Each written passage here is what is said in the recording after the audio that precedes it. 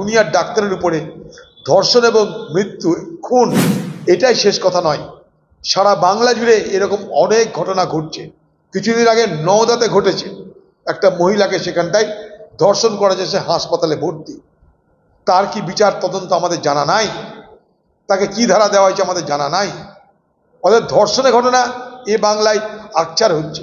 হয়তো ভারতবর্ষে অন্যান্য রাজ্যেও হয়েছে, আমি অস্বীকার করছি না, সবটা দেখা হোক না, কিন্তু তার মধ্যে স্পেসিফিক্যালি যে ঘটনা নিয়ে আজকে সারা বাংলা, সারা ভারতবর্ষ, সারা বিশ্ব জুড়ে আজকে আলোচনা হচ্ছে, বাংলার ভাবমূর্তি ধুয়ে মুছে কলঙ্কিত হয়ে যাচ্ছে, আমরা তার জন্য অনেক বেশি উদ্বিগ্নতা প্রকাশ করেছি।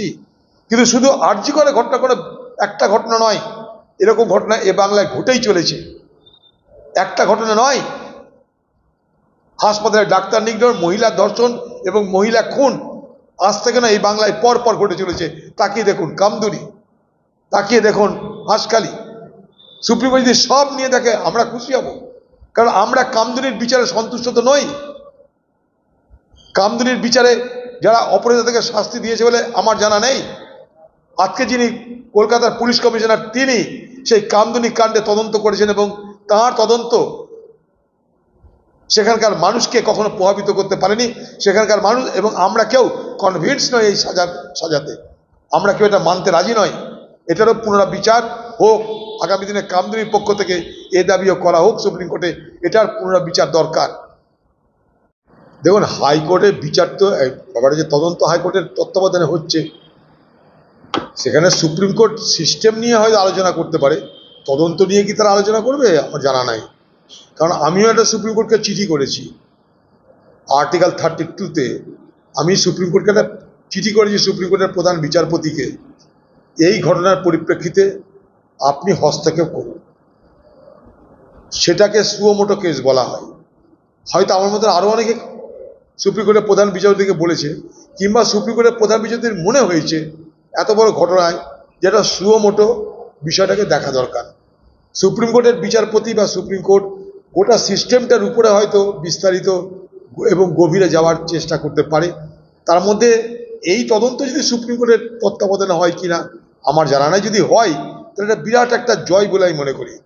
কারণ আমাদের এখনো বিশ্বাস আছে যে হাইকোর্টের তত্ত্বাবধানে যে সিবিআই তদন্ত, তাতে আমাদের কোনো রকম মনে হয়নি যে হাইকোর্টের তত্ত্বাবধানে সিবিআই তদন্ততে কোনো গাফিলতি আছে বা হচ্ছে। কারণ সিবিআই এখনো পর্যন্ত তদন্ত তো শেষ করেনি বা কোর্টে তাদের হলফনামা জমা দেয়নি, ফলে আন্দাজে আমাদের মতন বাইরের লোকদের এই নিয়ে মন্তব্য করা উচিত না। কিন্তু হাইকোর্টের উপরে কোর্টে যে সুপ্রিম কোর্ট যদি মনে করে যে সিস্টেমের উপরে দেখবে না তদন্তের উপরে দেখবে, সেটা সুপ্রিম কোর্টের বিচার্য।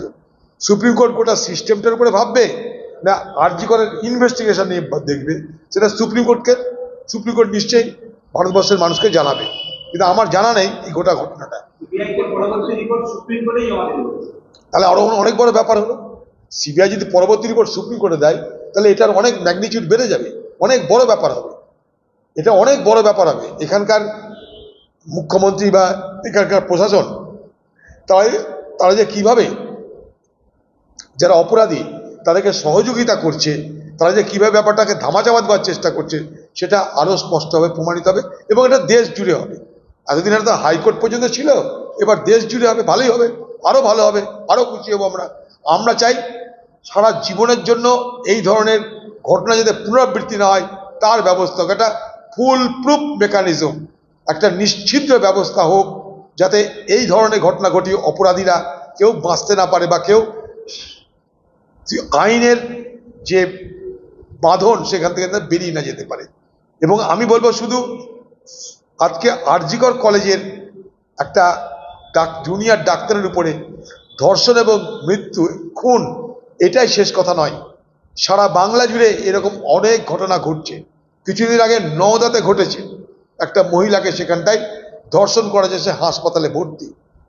তার কি বিচার তদন্ত আমাদের জানা নাই, তাকে কি ধারা দেওয়া হয়েছে আমাদের জানা নাই। অর্থাৎ ধর্ষণের ঘটনা এ বাংলায় আকচার হচ্ছে। হয়তো ভারতবর্ষে অন্যান্য রাজ্যেও হয়েছে, আমি অস্বীকার করছি না, সবটা দেখা হোক না, কিন্তু তার মধ্যে স্পেসিফিক্যালি যে ঘটনা নিয়ে আজকে সারা বাংলা, সারা ভারতবর্ষ, সারা বিশ্ব জুড়ে আজকে আলোচনা হচ্ছে, বাংলার ভাবমূর্তি ধুয়ে মুছে কলঙ্কিত হয়ে যাচ্ছে, আমরা তার জন্য অনেক বেশি উদ্বিগ্নতা প্রকাশ করেছি। কিন্তু শুধু আরজি করে ঘটনা করে একটা ঘটনা নয়, এরকম ঘটনা এ বাংলায় ঘটেই চলেছে, একটা ঘটনা নয়। হাসপাতালে ডাক্তার নিগ্রহ, মহিলা ধর্ষণ এবং মহিলা খুন আজ থেকে না এই বাংলায় পর পর ঘটে চলেছে। তাকিয়ে দেখুন কামদুনি, তাকিয়ে দেখুন হাঁসখালি। সুপ্রিম কোর্ট যদি সব নিয়ে দেখে আমরা খুশি হব, কারণ আমরা কামদুনির বিচারে সন্তুষ্ট তো নই। কামদুনির বিচারে যারা অপরাধীদেরকে শাস্তি দিয়েছে বলে আমার জানা নেই।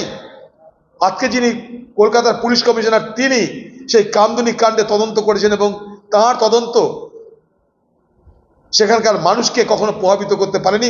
সেখানকার মানুষ এবং আমরা কেউ কনভিন্স নয় এই সাজাতে, আমরা কেউ এটা মানতে রাজি নয়। এটারও পুনরাবিচার হোক, আগামী দিনে কামদুনির পক্ষ থেকে এ দাবিও করা হোক সুপ্রিম কোর্টে, এটার পুনরাবিচার দরকার।